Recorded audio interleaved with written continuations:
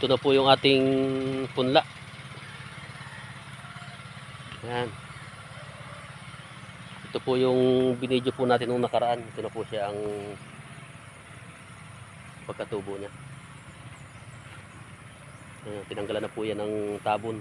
Kaya po medyo madilaw po ay katatanggalan po ng tabon yan.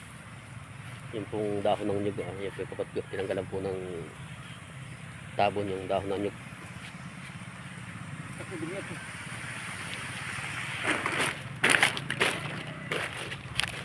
Ayan o. Ganda po ng tubo niya. Kailangan po yan ay madilaw ay gawa po sa tabon na dahon ng nyug. Para hindi po sirain ng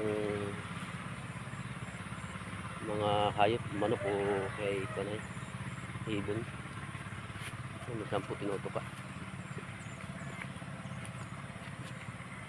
Ano, bali tatlong kama po yan, tatlong box.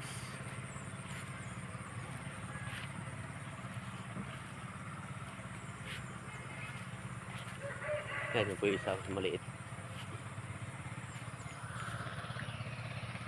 Thank you for watching.